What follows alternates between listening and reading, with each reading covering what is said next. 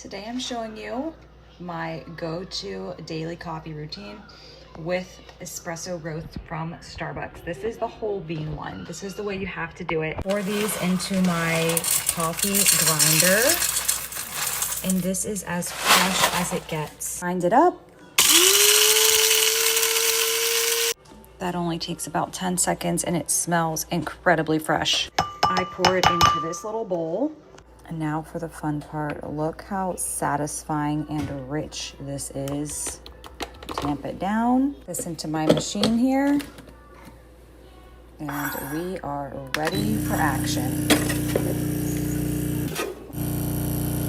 Oh yeah.